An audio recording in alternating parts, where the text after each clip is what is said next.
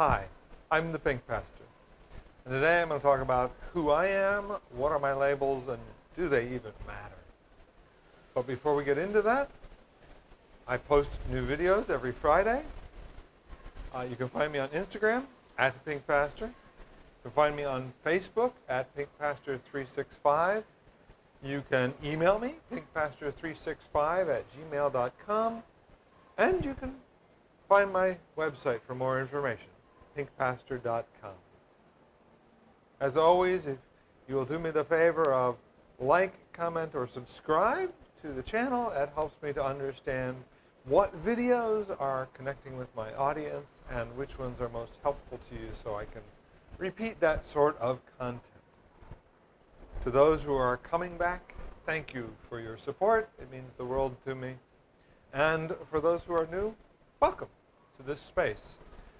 I'm a queer pastor, transgender, lesbian, who's also an ordained pastor and makes content on that, makes content on being queer, and just tells some of my life stories because I've traveled the world. Labels. Let's start with Pink Pastor. Sort of becoming my brand, if you will. But I haven't always been the Pink Pastor. It's always only been in the last few years that I've managed to adopt that as a nickname, which was given to me by my last congregation, the one I served. See, I've long had pink as a favorite color, right? And as I moved into my ministry, my color palette got smaller and smaller and smaller. At first, it was that all of my shirts were black, lavender, or pink. As a pastor, I needed a few black ones, but on the average day, you'd find me in a lavender clerical or a pink clerical. I had a few that had been made for me by my family that were like brilliant red or green or purple, or my daughter made me one that's rainbow color, and I'll pull that out at some point for a video, and it's wonderful. But as time went on, my color palette diminished. And in my last congregation, as I got closer and closer to knowing that I needed to transition my gender, 90% of my shirts became pink. I wore pink every day for 3 years, pretty much. I converted pink polos to clergy shirts by nailing down the collars. I bought pink button-down clergy shirts from an organization I know. I had a pink pinstripe on my car. I had pink surrounds on the license plate of my car. Needless to say, there was a lot of pink. My phone is pink. What else? You get the idea. Everything was pink around. So they always saw me in pink. And one day a parishioner asked, "So how is the Pink Pastor?" It was a bit of a sideways reference to the Pink Panther, but it was catchy, and while probably tongue-in-cheek, it sort of got to me. And I was talking about with somebody else one day, and I said, "Yeah, so-and-so called me the Pink Pastor." And they went, "Oh, I love it. It's the Pink Pastor." And sort of from that, it then grew to today, where I am the Pink Pastor. One day, I'll probably own a pink car. It still is my favorite color, after all. Blush pink, if you have to get me something. But ever since then, Pink Pastor has grown, and now it is, in fact, a reference to my ministry. So that's the story of how Pink Pastor became one of my labels, if you are. I am, labels are how we are defined, and that's a both functional as well as nickname label. But what are my other labels? And really, honestly, do they matter? I mean, the Pink Pastor matters because I think it helps for people to know that I'm just not another pastor.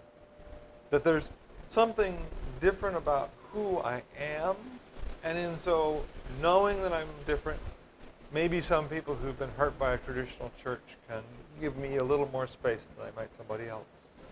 So that label matters for functional reasons. But let's look at the rest of my labels, right? And then we'll ask, do they matter? So I'm a person of neurodivergence. I'm on the autism spectrum. Some people would call it Asperger's by an older diagnosis. I have SPD and I have OCD. So that's sensory processing disorder and a bit of obsessive compulsive disorder. OCD is why my closet is arranged first by type. So I have all my skirts together, all my pants together, all my capris together, all my short sleeve shirts, all my sleeveless shirts, all my long sleeve shirts, all of my dresses, and then within that they are arranged by color code so that all of the shirts of one color are together, and then it sort of operates by shade, starting with the lightest shirts and working to the darkest shirts. SPD. I have problems sometimes with sound and with lights, and it can just make me aggravated and irritated in a way that is not what an average person would experience. When I'm driving down the road, I will see not just a road, not just a piece of pavement with markings on it, but in fact I can pick out all of the stones that are in that pavement individually at the same time. And so it gets a little overwhelming. And that's a sensory processing disorder. I've suffered from depression. I've suffered from anxiety. I'm a lesbian. I'm a third culture person. I'm transgender. I'm a pastor. I'm semi-nomadic. I'm a teacher. I'm a coach. I'm a practitioner of nonviolence. I'm a meditator. I'm a Renaissance person. I'm an analyst. I'm a Christian. I'm a practitioner of Buddhism at times. I'm a feminist. I'm a philosopher. I'm a theologian. We in life tend to collect, if you will, these labels. The question then becomes, because some people just want to get rid of all labels and just say, I am who I am, and that's fine. Other people hold on to these labels and just keep collecting them. But my question becomes, do they matter? And my answer to that is only to the extent that they help me live a better life, i.e. when it helps me to build better coping skills. So I have SPD, sensory processing disorder, right? And guess what? I have some earplugs. I have some yellow glasses that I can put on. I have some noise-canceling headphones. I know that if I listen to certain music, it will help calm me down. And so if I'm starting to feel myself unravel, then I can do better and better. I can compensate for some of that so that, in fact, I can live a life that in many ways is very normal in spite of this, at moments, challenge. I'm a third culture person. What that means is that I grew up in one place and then I grew up in another place, and so culturally I'm not really of place A or place B. I'm sort of both, and now of multiple places. So culturally I'm not totally American, and I'm not Japanese, and I'm not German, and I'm not Latin American. But all of these things have sort of played into how my brain thinks of the world. What I think is beautiful, what I think is normal, all of these things. And so as I've come to understand these things, I've also come to understand that it's okay when I don't totally identify with the people around me. When they go, oh, well, this is just how everybody thinks, and I go, well, no. U.S. is a highly individualized society. Japan is a cohesive group society. And so I don't think only in individualistic terms, I also think of the group. And sometimes when other people are thinking only of the individualistic culture, my mind goes to that group culture, and so I want something a little different than they do in terms of an answer. And that can be both blessing and a curse. Also makes it incredibly hard to conform. Do they matter? Only to the extent that they help me to develop coping skills, only to the extent that they help me to live better. So what are some of the key experiences that show how labels can be helpful? We talked a little bit about that. We talked about why Pink Pastor has been helpful. We talked about why SPD has been helpful. How about feminism? Feminist means that I have a certain set of beliefs in how we should be equal as people. And so that helps me to filter decisions.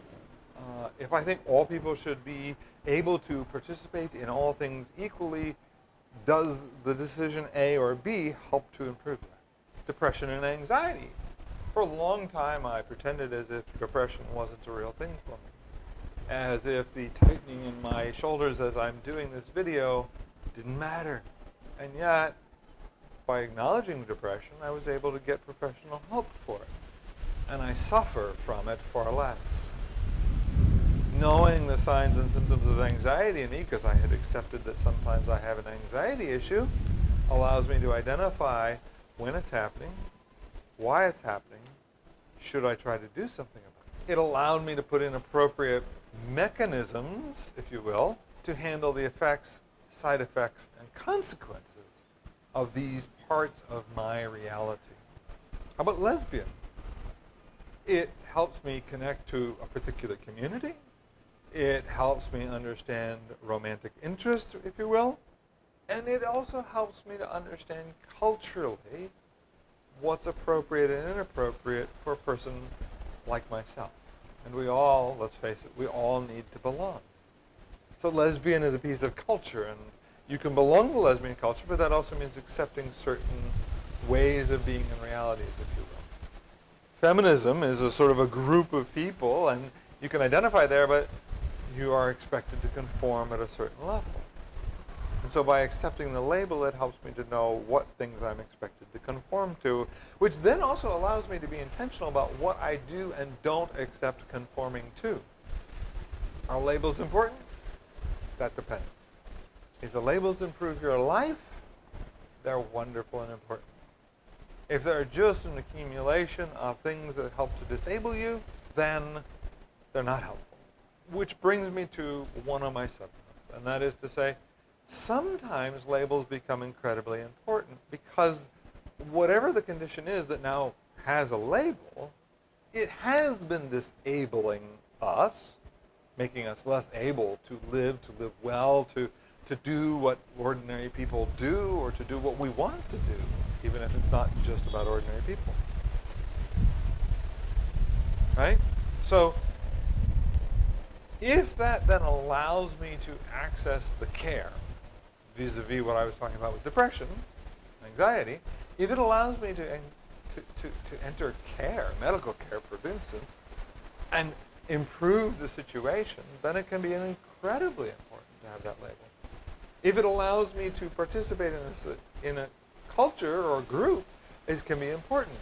Sometimes we're already disabled and we need to find those labels because it allows us to go and access care. Sometimes we need those labels as somebody who is disabled so that we can help to explain to other people what we are capable of and what we are not capable of. Sometimes we need to embrace our labels also, though. Sometimes we need to embrace our labels so we can help to reduce stigma around things, right? Think about the LGBTQIAA+ labels. It's only by getting them out there in ordinary society and in daily life that we can suddenly find that others know us, know what it means, and can learn to live with it. That's true of mental health labels as well. The more people we know who have and deal with depression, the less stigma it has, the better treatment people will likely get. Now, it can be hard work once you embrace labels, because embracing labels also often means educating people around you. So sometimes I have labels that I embrace and I know, but I'm not currently open about. I'll look at you and I'll go, yeah, I don't really feel like explaining what it means to be a lesbian to you these days. Or, I don't really want to explain what autism is and why I don't fit your stereotypical understanding of autism. So I can choose when to use and when not to use the labels, and sometimes that helps. I also want, by the way, to say, in closing, I don't want any of this to invalidate anybody, and especially those with genuine disabilities. Yes, labels can help us to become less disabled at times. Yes, labels can help us to explain to others our disability, why we are not able to do things in the same way they are. And so I am part of the fight to reduce, quote unquote, ableism in the world, to reduce the likelihood that we all think everybody ought to be able to do that, because not everybody can do whatever that is. We are all different. We all have different abilities. We all have different labels. We have different needs. And we need to respect those things about other people. Sometimes we need to accept labels, though, to improve our lives. And to that end, improving our lives is always better. So I'm the pink pastor. Those are some of my labels. They're some of why they become important to me, and some of why, at moments, I don't care. Thank you for watching.